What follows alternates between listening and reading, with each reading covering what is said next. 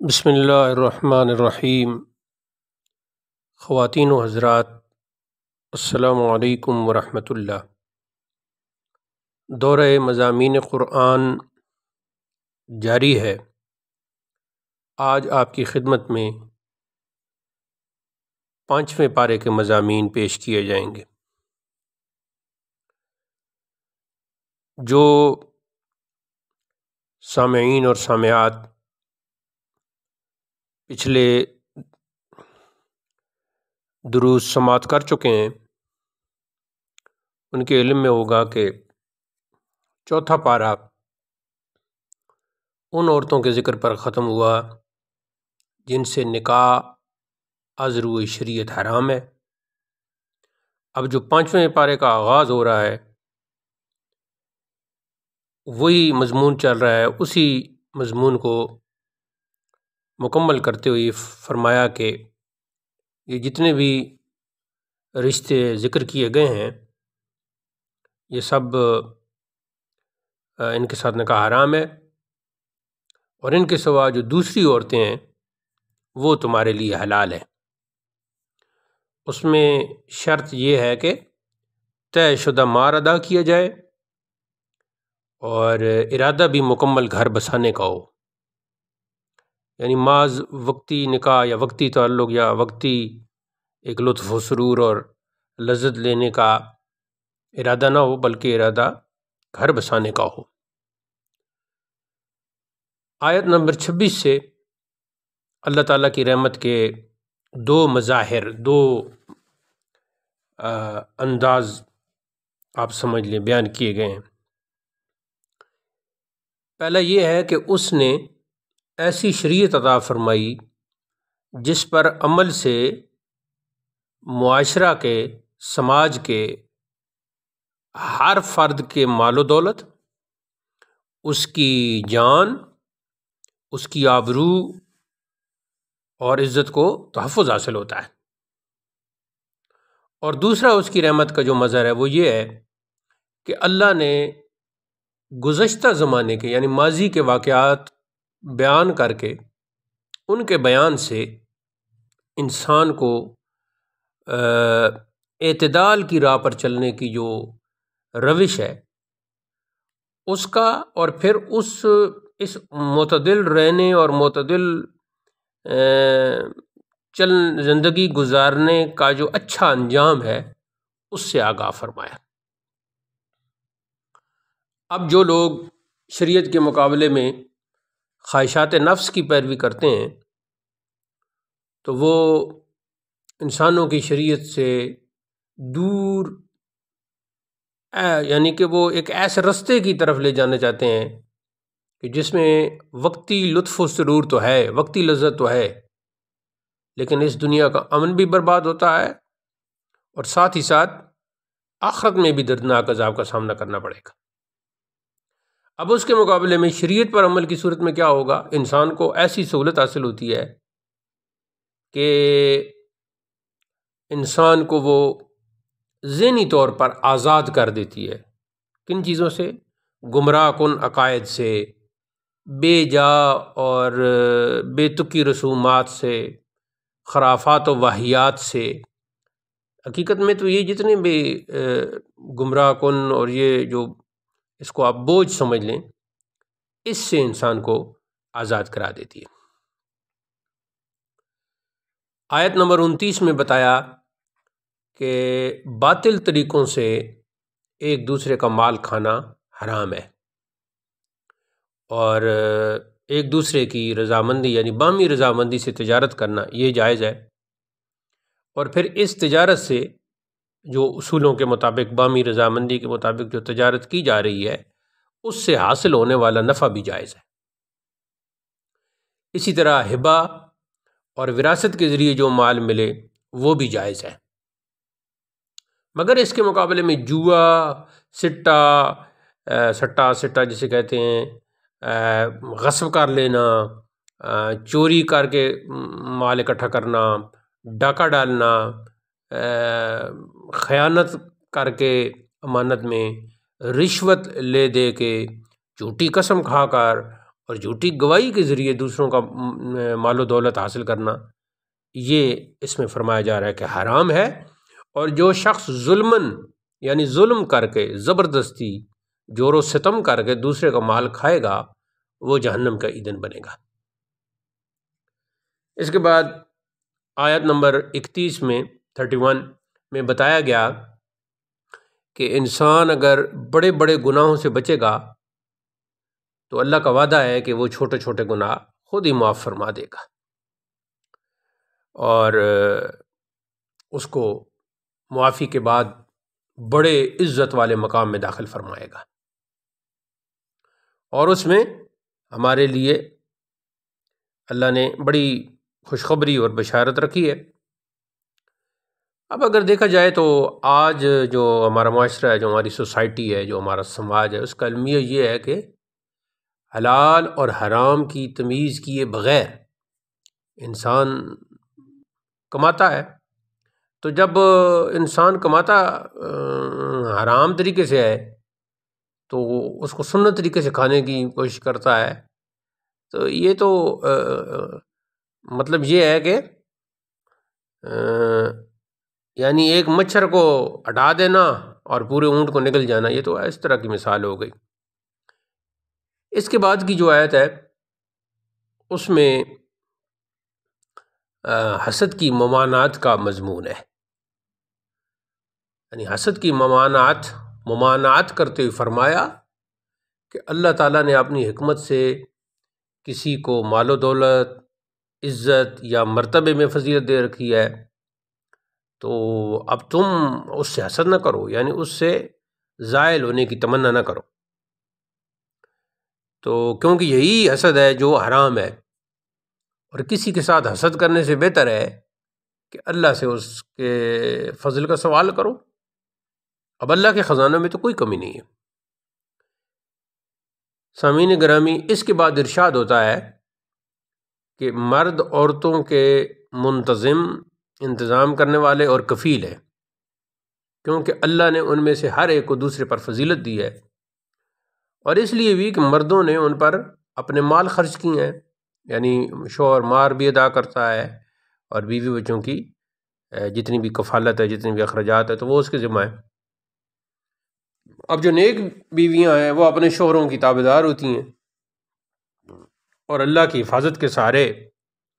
شوہر کے مال، اس کی اولاد، اس کا بستر، اس کے راز اور اس کی عزت و آبرو سب کی حفاظت کرتی ہیں۔ رسول کریم صلی اللہ علیہ وسلم سے ایک مرتبہ سوال ہوا کہ اچھی عورت کون ہوتی ہے؟ تو ارشاد فرمایا کہ اچھی عورت وہ ہے جو اپنے شوہر کو خوش کرے جب بھی وہ اس کی طرف دیکھے، اور اس کا کہنا مانے جب بھی وہ کوئی حکم دے، اور اپنی جان و مال سے کوئی ایسا کام نہ کرے جو شوہر کو برا لگے، اس کو ناگوار گزرے۔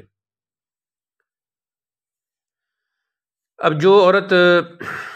شوہر کی نافرمان ہوتی ہے اسے ناشزہ کہتے ہیں۔ تو قرآن نے نافرمان عورت کی اصلاح کا حکم بیان کیا ہے، اور وہ اصلاح تدریجی اصلاح کا کیا مطلب ہے؟ یعنی کہ درجہ بدرجہ اصلاح، سٹیپ بائی سٹیپ۔ تو اس میں یہ کہ نمبر 1 یہ فرمایا گیا کہ اسے پیار اور محبت سے سمجھانا، دوسرا یہ فرمایا گیا کہ عارضی طور پر بستر علیحدہ کرنا، اور تیسرا یہ فرمایا گیا کہ تادیباً یعنی ادب سکھانے کے لیے، تادیباً کا مطلب ادب سکھانا، تہذیب سکھانا، ادب سکھانے کے لیے کوئی تھوڑی بہت سرزنش کرنا۔ تو اگر ان تدریجی اصلاحات اور ان تدریجی اقدامات اور ان سٹیپس سے عورت اصلاح قبول کر لے تو پھر اس پر سختی کی ممانعت ہے، لیکن اگر ان تدریجی اصلاحات، تدریجی اقدامات سے زوجین یعنی میاں بیوی کے درمیان تنازع رفع نہ ہو، جھگڑا ختم نہ ہو، تو پھر قرآن نے مصالحت کا، جو مصالحت کرنی ہے اس کا طریقہ بھی تعلیم فرمایا۔ کہ شوہر اور بیوی دونوں کے خاندانوں میں سے ایک ایک حکم یعنی منصف، جسے سرپنچ بھی کہتے ہیں، ایک ایک حکم مل بیٹھیں، اور اگر وہ اصلاح پسند ہوں گے یعنی میاں بیوی، تو اللہ تعالیٰ دونوں کے درمیان اتفاق پیدا فرما دے گا۔ اب اس مضمون سے، قرآن کے اس مضمون سے معلوم ہوتا ہے کہ قرآن نے ازدواجی زندگی کو خوشگوار رکھنے اور استوار رکھنے کو بڑی اہمیت دی ہے۔ محترم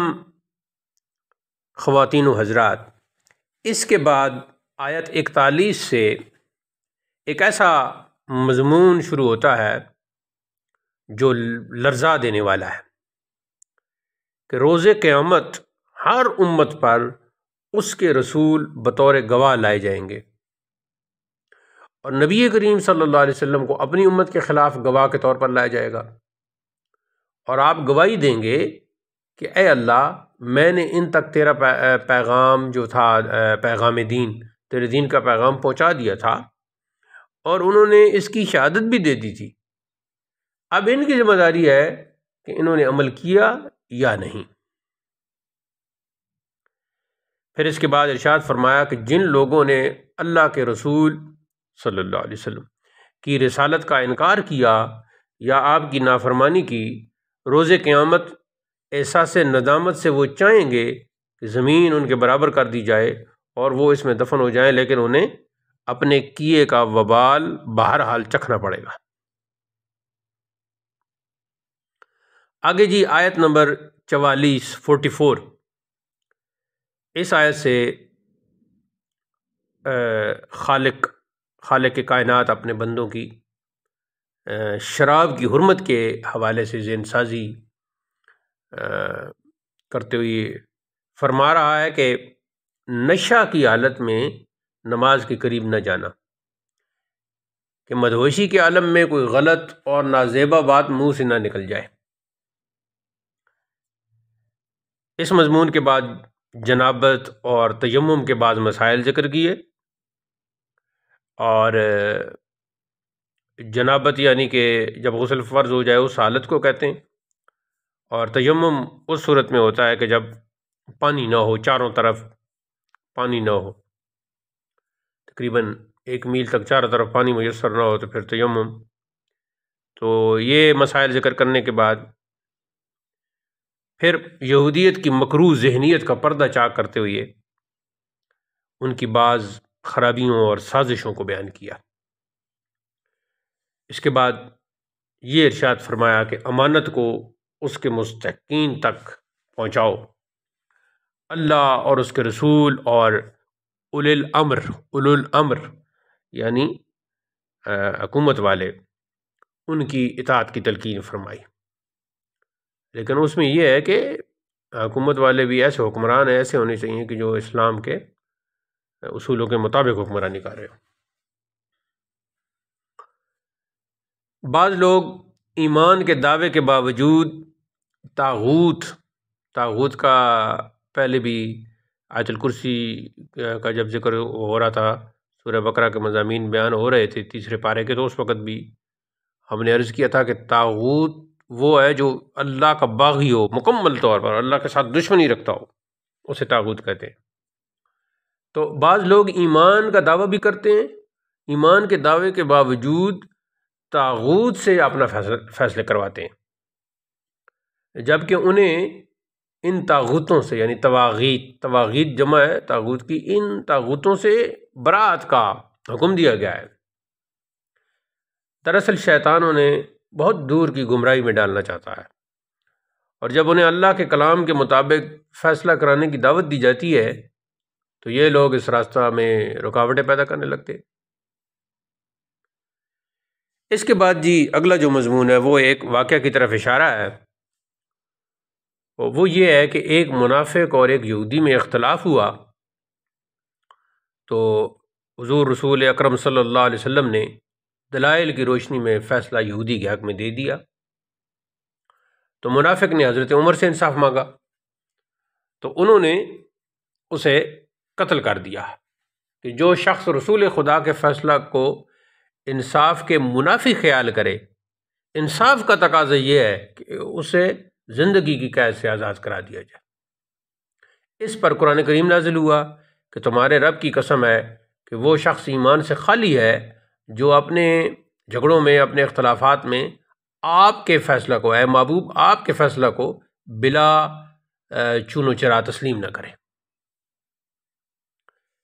آگے جی آیت نمبر 60، 61، 62 اور 63، یہ جو آیات ہیں ان میں منافقین کی جو وہ ان کا جو گریز ہے رسول کریم کی اطاعت سے، یعنی اطاعت رسول سے جو گریز کرنے کی جو ان کی مجرمانہ روش ہے، اور ان کے مکروہ جو چالیں ہیں، اور جو ان کا دوغلا پن ہے، دو رخا پن ہے، اس کا ذکر ہے۔ وہ اپنے تنازعات، اپنے جھگڑوں کے فیصلے رسول کریم صلی اللہ علیہ وسلم سے کرانے کی بجائے یہود سے کراتے تھے۔ انہیں پتہ تھا کہ یہود کی عدالتوں سے کچھ دے دلا کر رشوت وغیرہ من پسند فیصلے حاصل کیے جا سکتے ہیں۔ اب جب ان سے کہا جاتا ہے کہ آؤ قرآن کی طرف اور اللہ کے رسول کی طرف، تو وہ اللہ کے رسول کی طرف آنے سے کتراتے ہیں۔ ہاں، جب کوئی مصیبت آتی ہے تو پھر رسول اللہ صلی اللہ علیہ وسلم کے پاس بھاگتے ہوئے آتے ہیں اور پھر اپنے مخلص ہونے کی یقین دہانیاں بھی کراتے ہیں۔ لیکن اللہ جل شانہ جانتا ہے کہ ان کے باطن میں کیا ہے، ان کے اندر کیا ہے۔ اس لیے رسول کریم صلی اللہ علیہ وسلم کو یہ وصیت کی گئی کہ انہیں زیادہ اہمیت نہ دیں اور انہیں فیصلہ کن انداز میں نصیحت کریں، تاکہ یہ اپنی منافقانہ روش ترک کریں اور یہ روش ترک کر کے کسی ایک طرف یکسو ہو جائیں۔ اب اس دور میں بھی جب میں یہ گفتگو کر رہا ہوں تو 2024 ہے، رمضان کریم 1445۔ اب اس وقت کا بھی آپ اندازہ کریں کہ کتنی گمراہی پھیل چکی ہے۔ لوگ قرآن و حدیث کی، قرآن کی آیات کے منکر ہو رہے ہیں، سنت کا انکار کر رہے ہیں۔ تو بلکہ کچھ تو ایسے ہیں کہ وہ قرآن سے رہنمائی لینے کو تیار ہی نہیں ہیں۔ انہیں مضامین قرآن سے، درس قرآن سے، تفسیر قرآن سے، فہم قرآن سے، تفہم قرآن سے کوئی واسطہ ہی نہیں۔ اللہ تعالیٰ ایسے گمراہوں سے بچائے۔ تو اس کے بعد اہل ایمان کے لیے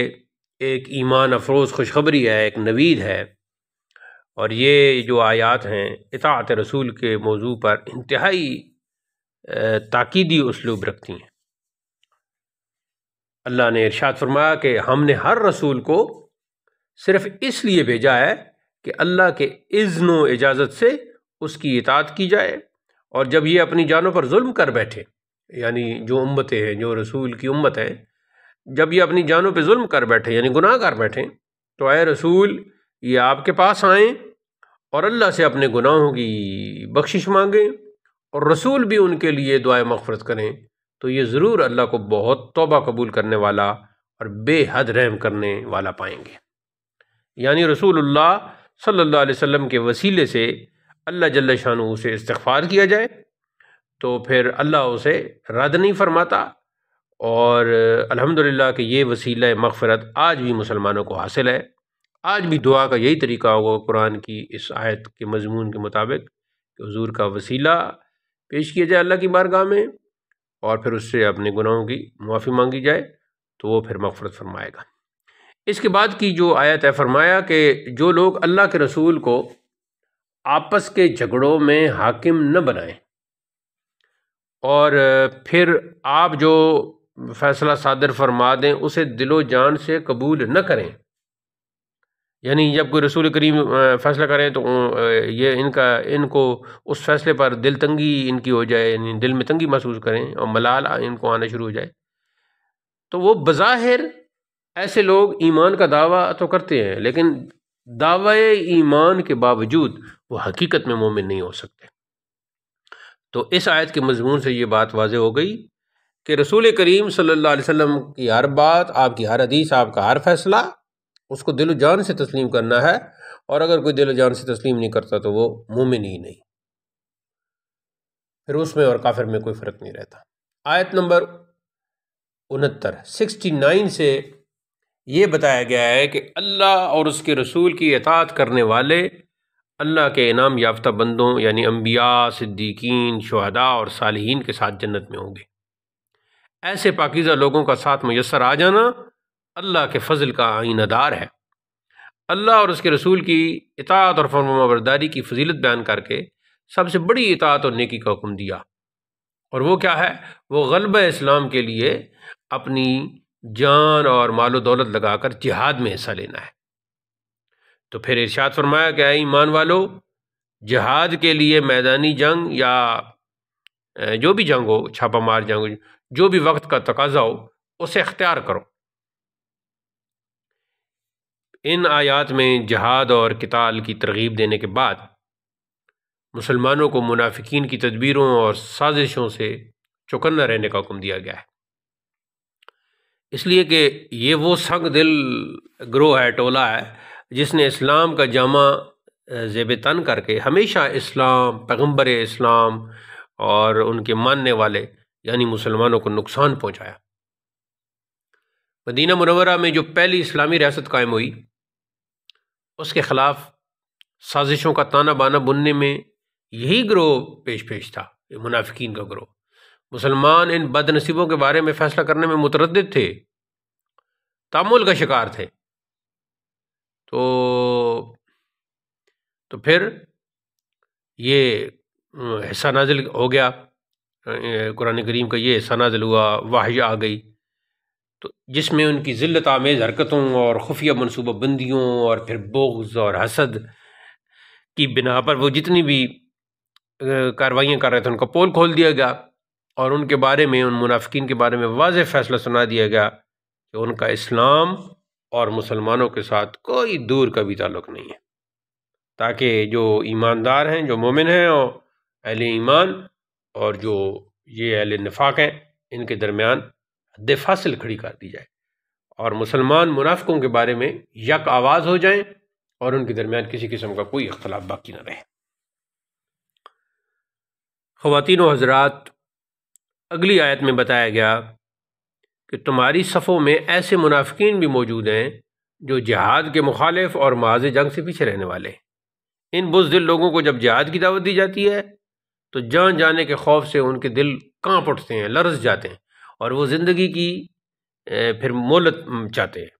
تو اللہ تعالیٰ نے فرمایا کہ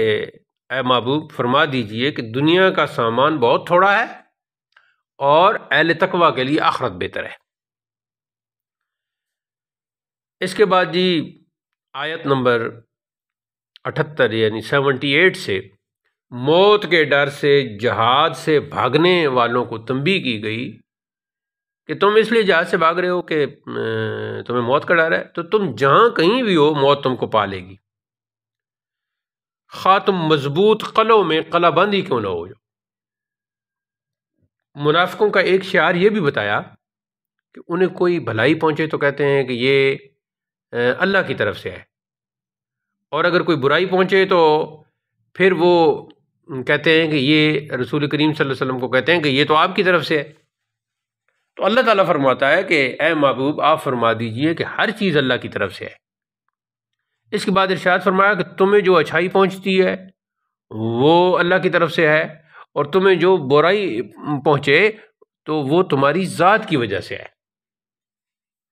پھر منافقین کی ایک عادت یہ بھی بتائی، ان کی ایک خصلت یہ بھی بتائی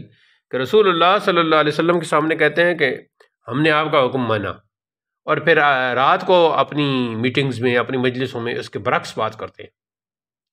پھر اللہ تعالیٰ فرماتا ہے کہ وہ قرآن میں غور کیوں نہیں کرتے؟ اگر یہ قرآن اللہ کے غیر کے پاس سے آیا ہوتا تو یہ اس میں اتنا اختلاف دیکھتے، اتنا اختلاف یعنی بہت ہی اختلاف دیکھتے۔ تو یہاں قرآن نے ایک اصول بتایا کہ حالت جنگ اور زمانہ جنگ میں امن اور خوف یعنی فتح اور شکست کے حوالے سے ہر سنی سنائی خبر کو پھیلانا یہ نقصان کا سبب بن سکتا ہے۔ تو ایسے زمانے میں خبروں پر نگرانی کا اہتمام ہونا چاہیے۔ یہ جو جنگ کا زمانہ ہوتا ہے کہ کس خبر کی اشاعت مسلمانوں کے لیے مفید ہوگی اور کس کو پھیلانا، کس کو نشر کرنا مسلمانوں کے لیے نقصان دہ ہے۔ تو جیسے وہ سینسرشپ کا آج کل لفظ استعمال ہوتا ہے نا، تو آج کل کی اصطلاح میں سینسرشپ کہتے ہیں، تو وہ بہت ضروری ہوتی ہے کہ یہ بات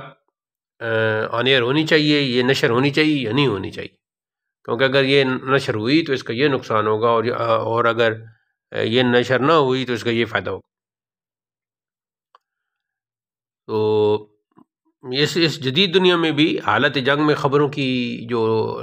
نشر کرنا ہوتا ہے اس کا ایک باقاعدہ کنٹرول ہوتا ہے، اور اس کا فیصلہ جو ہے وہ فوج کر رہی ہوتی ہے، اہل سیاست کر رہے ہوتے ہیں، اور جتنے بھی جنگ کے ماہرین ہوتے ہیں وہ سب کر رہے ہوتے ہیں۔ تو یہی ان آیات میں یہی بات بتائی جا رہی ہے۔ ارشاد فرمایا کہ ہم نے رسول کو اسی لیے بھیجا ہے کہ اس کی اطاعت کی جائے، کیونکہ اطاعت خداوندی اطاعت رسول میں مضمر ہے۔ اللہ کے تمام احکامات انسانوں تک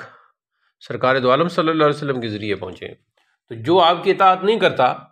وہ دراصل اللہ کی بھی اطاعت نہیں کرتا۔ اب یہ جو منافقین تھے یہ رسول کریم صلی اللہ علیہ وسلم کے سامنے تو اطاعت کرنے کا وعدہ کر لیتے، لیکن بعد میں طرز عمل بالکل اس کے الٹ اور برعکس اختیار کر لیتے۔ تو اللہ تعالیٰ ان کی تمام باتوں اور حرکات کو محفوظ کر رہا ہے، اور عنقریب وہ اپنی اس روش بد کا جو برا بدلہ ہوگا وہ پا کر رہیں گے۔ بعد کی جو آیات ہیں ان کا مضمون یہ ہے جی کہ قرآن کریم میں غور و خوض کی دعوت دیتے ہوئے اور اس کے حق ہونے اور صداقت پر مبنی ہونے کی دلیل بتائی جا رہی ہے کہ اس میں کوئی تضاد اور اختلاف نہیں پایا جاتا، یعنی حق اور سچ ہونے کی اس کی سب سے بڑی اور واضح دلیل یہ ہے کہ اس میں کوئی تضاد اور کوئی اختلاف نہیں پایا جاتا، کیونکہ جو بات جھوٹی ہو، درست نہ ہو، تو اس جھوٹی باتوں میں اور نادرست باتوں میں تضاد بھی پیدا ہو جاتا ہے اور اختلاف بھی پیدا ہو جاتا ہے۔ تو یہاں یہ فرمایا کہ اس میں کوئی تضاد بھی نہیں اور کوئی اختلاف بھی نہیں پایا جاتا ہے، اور یہ جتنا جتنا انسان کے اندر اترتا ہے اتنا ہی انسان کے باطن کو یہ قرآن ایمان اور ایقان یعنی یقین سے منور کر دیتا ہے، انوار یقین سے منور کر دیتا ہے۔ اس کے بعد اگلا جو مضمون ہے وہ یہ ہے کہ معاشرہ کا امن و سکون تباہ کر دینے والی افواہ سازی جو ہوتی ہے، بدترین افواہ سازی، یہ ایک ایسا عامل ہے کہ جو سوسائٹی میں، معاشرے میں، سماج میں اس کے امن و سکون کو تباہ کر دیتا ہے۔ تو اس کی مذمت کرتے ہوئے اور اس کا سدباب کا طریقہ بیان کرتے ہوئے یہ فرمایا جا رہا ہے کہ متعلقہ شخص جو ہے اس سے رابطہ کر کے تحقیق کر لی جائے، تو اس قسم کی جو افواہیں ہوتی ہیں وہ اپنی موت آپ مار جاتی ہیں، اور اگر کوئی دین کی بات سامنے آئے تو رسول اکرم صلی اللہ علیہ وسلم اور آپ کے لائے ہوئی دین کے جو ماہرین ہیں ان سے رجوع کیا جائے اور ان سے تحقیق کیے بغیر اس پر عمل نہ کیا جائے۔ جہاد کا جہاں تک تعلق ہے تو اس کے لیے ہر شخص کو چاہیے کہ وہ دوسروں کو ہدف تنقید بنانے کے بجائے اپنے آپ کو پیش کرے اور دوسرے مسلمانوں کو جہاد میں شریک کرنے کی ترغیب ضرور دے۔ یہ جہاد جو ہے یہ وہ راستہ ہے، بلکہ یہی وہ راستہ ہے جس سے کافروں کا زور توڑا جا سکتا ہے۔ اللہ بڑی طاقت کا مالک ہے اور دشمنان اسلام کو عبرت کا نشان بنا سکتا ہے، کیونکہ وہ قادر ہے۔ آگے جی آیت نمبر 86 میں کچھ آداب بتائے گئے ہیں، یعنی معاشرتی آداب، کہ جب تمہیں کسی لفظ سے سلام کیا جائے تو تم اس سے بہتر الفاظ میں جواب دو۔ جیسے مثلا کسی نے کہا السلام علیکم، تو آپ کو جواب میں کہنا چاہیے وعلیکم السلام ورحمۃ اللہ۔ تو کسی نے کہا جی السلام علیکم ورحمۃ اللہ،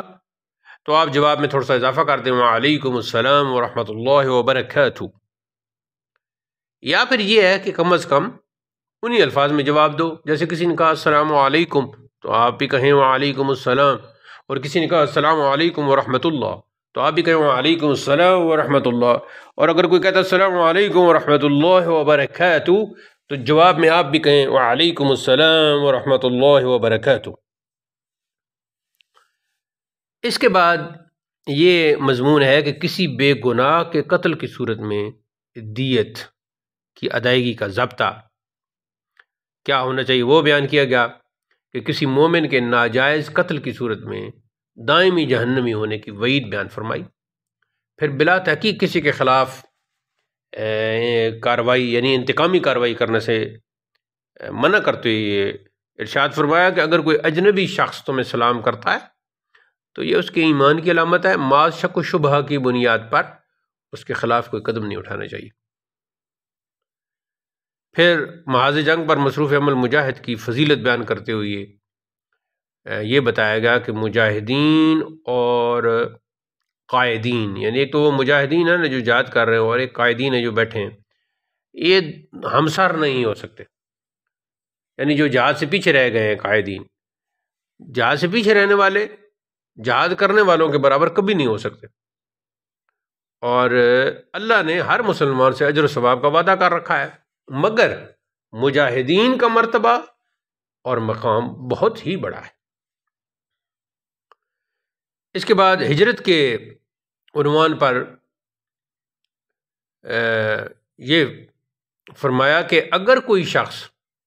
مسلمان ہونے کا دعوے دار ہو کر بھی ایسی جگہ سے ہجرت نہ کرے جہاں اسے دین پر عمل کرنے کی اجازت نہ ہو تو اس کے ایمان کا کوئی اعتبار نہیں ہے۔ یعنی اگر کوئی مسلمان کسی ایسے ملک میں رہتا ہے کہ جہاں وہ اپنے دین پر عمل نہیں کر سکتا تو پھر اس کے لیے یہی قرآنی حکم ہے کہ وہ وہاں سے ہجرت کرے، اور اگر وہ وہاں سے ہجرت نہیں کرتا تو پھر اس کے ایمان کا کوئی اعتبار نہیں، یعنی گویا وہ دائرہ ایمان سے ایک قسم کا نکل گیا۔ اب جو لوگ بلا عذر اللہ کی راہ میں ہجرت نہیں کرتے، موت کے وقت فرشتے انہیں ملامت کرتے ہیں اور جہنم میں داخل ہونے کی اسے وعید سناتے ہیں۔ اس کے بعد یہ بشارت دی گئی ہے کہ جو اللہ کے نام پر ہجرت کرتے ہیں تو پھر اللہ تعالیٰ ان کو بڑی وسعت عطا کرتا ہے، فارغ البالی عطا کرتا ہے، یعنی ہجرت کے لیے گھر سے نکلنے کے ساتھ ہی انسان اللہ کی طرف سے اجر عظیم کا حقدار ہو جاتا ہے، خواہ اسے راستے میں ہی موت کا سامنا کرنا پڑے۔ اس کے بعد جہاد اور نماز کی اہمیت کے ایک قرآنی حکم کا بھی تذکرہ ہے۔ یہ ایسے ہے کہ غزوہ بنی المصطلق سواد اور طویے کے ساتھ لکھے جاتے ہیں۔ اس موقع پر جب زور کی نماز پڑھنے لگے مسلمان تو کافروں نے کہا کہ ہمیں اگر پہلے سے معلوم ہوتا تو اس حالت میں ایک دم حملہ آور ہو کر مسلمانوں کو ہم ختم کر دیتے، نیست و نابود کر دیتے، اور یہ ہمارے لیے بڑا آسان تھا۔ اچھا، اب انہوں نے عصر کی نماز میں حملہ کرنے کی پلاننگ کر لی، جس پر اللہ تعالیٰ نے اپنے نبی کو کافروں کی اس خفیہ تدبیر کی اطلاع دی اور اس کے سدباب کے لیے صلاۃ الخوف کا طریقہ بھی بیان کر دیا۔ تو ان آیات میں وہ صلاۃ الخوف کا طریقہ بیان کیا کہ اگر دشمن سے جان کا خطرہ ہو تو نماز کے لیے اس طرح صف بندی کریں کہ ایک صف امام کے ساتھ نماز کی ایک رکعت مکمل کر لے، اور دوسری صف نیت باندھ کر کھڑی رہے اور دشمن کی نقل و حرکت پر نگاہ رکھے، پھر دوسری صف ایک رکعت امام کے ساتھ مکمل کر لے اور پہلی صف پیچھے ہٹ کر دشمن کے اچانک حملہ کی صورت میں جوابی کارروائی کے لیے تیار رہے۔ پھر امام اپنی نماز مکمل ہونے پر سلام پھیر دے اور دونوں صفیں باری باری اپنی باقی ماندہ نماز پوری کر لیں۔ اس طرح نماز کی فریضہ کی بر وقت اور باجماعت ادائیگی بھی ہو جائے گی، اور جہاد کے فریضہ کی ادائیگی میں بھی کوتاہی اور غفلت نہیں ہوگی۔ اچھا، یہ بظاہر یہ جو حکم ہے اس سفر کے دوران جو جنگ کے لیے ہوا اور جس میں دشمن سے خطرہ محسوس ہو، البتہ رسول کریم صلی اللہ علیہ وسلم کی سنت ہے کہ آپ ہر سفر کے دوران جس کی ایک معینہ مسافت ہو نماز میں قصر کی سہولت اختیار فرمائی۔ تو اسی ضمن میں حالت سفر میں امت کو قصر نماز کا حکم بھی عنایت فرمایا، یعنی 4 فرض ہے تو مسافر 2 فرض ادا کرے گا۔ چنانچہ دشمنوں کی تدبیر دری کی دری رہ گئی اور نماز اور جہاد کی مشترکہ اہمیت بھی واضح ہو گئی کہ نماز جیسی عظیم الشان عبادت اور عظیم الشان عمل کی وجہ سے جہاد کو مؤخر کرنے کی اجازت نہیں دی گئی، اور جہاد جیسے اہم عمل کی بنا پر نماز میں غفلت اور کوتاہی کی اجازت بھی نہیں دی گئی۔ تو نماز سے فارغ ہونے کے بعد بھی دوران جہاد اور وہ یعنی کہ ذکر میں مشغول رہے اور نماز کو وقت مقرر پر ادا کرنا بھی فرض ہے۔ اس کے بعد جی جو مضمون ہے وہ یہ ہے کہ ہر حال میں عدل و انصاف کا مظاہرہ کیا جائے۔ یہ دراصل ایک مشہور واقعے کی طرف اشارہ ہے، اور اس کا خلاصہ یہ ہے کہ کسی گھر میں چوری ہو گئی، تو چور انتہائی چالاک اور چرب لسان تھے، تو انہوں نے ایک بے گناہ یہودی کو پھنسا کر اپنا دامن بچانے کی کوشش کی۔ تو بعض لوگ ان کی چرب لسانی سے متاثر ہو کر انہیں بری کرانا چاہتے تھے، تو قرآن کریم نے ان کے جرم کو تشت ازبام کرتے ہوئے یہ تاکید فرمائی کہ بغیر تحقیق کے کسی خائن، خیانت دار، مجرم کی حمایت کرنے کے بجائے عدل و انصاف کے قانون کے مطابق فیصلہ کر کے مجرمین کو سزا دینی چاہیے۔ دنیا میں اگر تم نے کسی مجرم کو بچا بھی دیا تو کل قیامت میں اللہ کی گرفت سے اسے کون بچائے گا؟ جس نے جرم کیا تو سزا بھی اس کو ملنی چاہیے۔ اپنے گناہ کا الزام دوسرے پر تھوپنا بہت بڑا جرم ہے اور بہتان تراشی کے زمرہ میں آتا ہے۔ پھر آگے کسی کو نقصان پہنچانے کے لیے جو خفیہ تدبیر کی جاتی ہے، خفیہ تدبیر کی مذمت کرتے ہوئے فرمایا کہ اگر کوئی خفیہ تدبیر کرنی ہی ہے تو کسی نیک کام، صدقہ، خیرات یا کوئی ایسے کام کے لیے کرو، ایسا کوئی جو مفاد عامہ کے لیے ہو، اور اس پر اجر عظیم بھی نصیب ہوگا۔ تو یہ جو واقعہ ہے عدل و انصاف کی تاریخ میں سنہرے حروف سے لکھے جانے کے قابل ہے کہ ایک یہودی اور مسلمان منافق کے تنازع میں جب رسول کریم صلی اللہ علیہ وسلم کا میلان بوجہ شفقت اور رحمت مسلمان کی طرف ہوا تو اس پر اللہ کی طرف سے آپ کو ایسا نہ کرنے کا حکم ہوا اور اسے قرآن کریم کا حصہ بنا دیا، تاکہ ہر امتی ہر معاملے میں اپنے ہاتھ سے عدل و انصاف کا دامن کسی بھی حالت میں چھوٹنے نہ دے، یعنی کہ ہر صورت میں عدل سے کام لے، خواہ اس کا فائدہ، اس عدل کا فائدہ خواہ کسی کافر کو ہی کیوں نہ پہنچے۔ یہ قانون ہے قرآن کا۔ لیکن آج کل کی عدالتیں تو ان کا حال ہم سب مسلمانوں کو معلوم ہی ہے۔ آگے جی آیت نمبر 115، یہاں سے پھر یہ اجماع امت کے لیے دلیل فراہم ہو رہی ہے کہ، اور اس کی تھوڑی سی میں یہ وضاحت کر دوں کہ ہر کسی کو یہ بات معلوم ہے کہ شریعت کے جو مآخذ ہیں وہ 4 ہیں: کتاب یعنی قرآن مجید، سنت، اجماع اور قیاس۔ اسے یہ علم اصول فقہ کی بحث ہے، تو جو طلبہ طالبات علم اصول فقہ انہوں نے پڑھا ہے یا پڑھتے ہیں تو انہیں یہ معلوم ہے۔ تو اجماع امت کو اس آیت میں کیا فرمایا؟ سبیل المؤمنین، یعنی مومنوں کا راستہ۔ تو فرمایا کہ جو کوئی مومنوں کے راستے کو چھوڑ کر، یعنی کہ اجماع امت کو چھوڑ کر مومنوں کے متفقہ فیصلے کو رد کر کے کوئی الگ اپنا طریقہ اختیار کرے، الگ اپنی کوئی روش اختیار کرے اور اپنی ڈیڑھ اینٹ کی کوئی علیحدہ ہی مسجد بنا لے، تو وہ دراصل رسول کریم صلی اللہ علیہ وسلم کی امت میں انتشار پیدا کرنے کا مجرم ہوگا۔ یہ در حقیقت اللہ کے رسول صلی اللہ علیہ وسلم سے دشمنی کی صورت ہے کہ ان کی امت میں پھوٹ ڈال دی جائے، تو ایسا کرنے والوں کو اللہ تعالی جہنم رسید فرمائے گا۔ اس کے بعد جو بہت ساری آیات ہیں ان کے جو مضمون ہے، اس میں جو مضامین ہے، اس کا خلاصہ یہ ہے کہ انسان کیوں سرکشی کرتا ہے۔ تو اس کا سبب یہ بتلایا گیا ہے کہ وہ یہ کہ اللہ کے مقابلے میں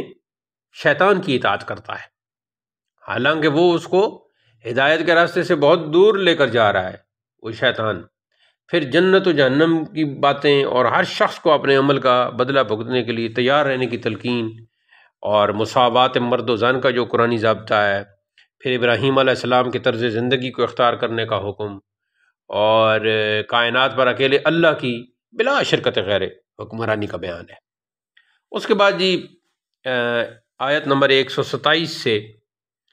یہاں پھر کچھ خواتین کے مسائل اور ان کے حقوق بیان کیے جا رہے ہیں کہ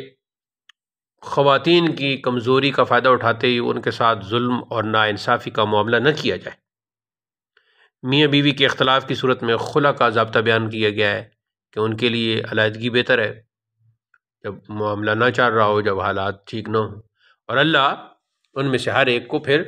اپنے فضل سے غنی بھی کر دے گا جب وہ قرآن کے اس پر عمل کریں گے۔ اس کے بعد کی جو آیتیں ہیں ان میں اہل ایمان کو یہ حکم دیا گیا ہے کہ عدل کے قائم کرنے والے بن کر کھڑے ہو جاؤ، اور یہی اللہ کی شان عدل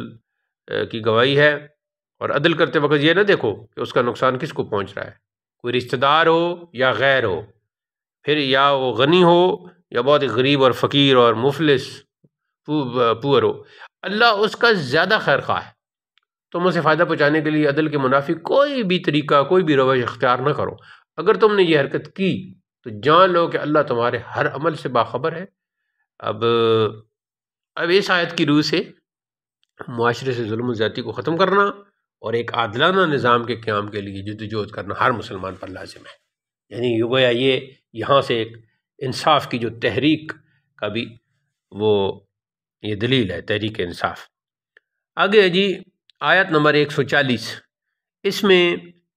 ایمان والوں کو، اہل ایمان کو یہ ہدایت دی گئی کہ اگر کسی محفل میں اللہ کی آیات کا انکار کیا جا رہا ہو، ان کا مذاق اڑایا جا رہا ہو، تو غیرت ایمانی کا تقاضا ہے کہ اس محفل کا احتجاجاً بائیکاٹ کر دیا جائے۔ یعنی کوئی بھی محفل، کوئی بھی میٹنگ، کوئی بھی مجلس، نیز جس مجلس میں کوئی گناہ ہو رہا ہو تو اسے روکنے کی بھی کوشش کی جائے، اور اگر روکنا ممکن نہ ہو تو پھر ناراضگی کا اظہار کرتے ہوئے وہاں سے اٹھ جانا چاہیے۔ جو ایسی محفل میں بیٹھا رہے گا وہ بھی دراصل ان محفل والوں، ان مجلس والوں کی طرح شمار کیا جائے گا۔ خواتین و حضرات، اس کے بعد یہ بتایا گیا کہ منافقین اللہ کو دھوکہ دینے کی کوشش میں اپنے آپ کو ہی دھوکہ دے رہے ہیں۔ یہ لوگ نماز میں سستی اور اللہ کے ذکر سے پہلو تہی کرتے ہیں، تذبذب کا شکار ہیں۔ لا الہ ہؤلاء ولا الہ ہؤلاء، نہ ادھر کے نہ ادھر کے۔ وہ ایک کیا مصرع ہے،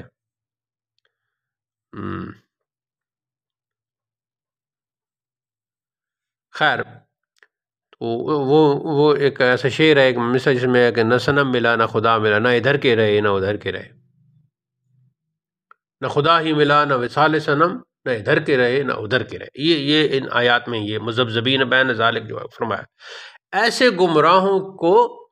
پھر ہدایت نہیں ملا کرتی، یہ جہنم کے سب سے نچلے طبقے میں ڈالے جائیں گے، اور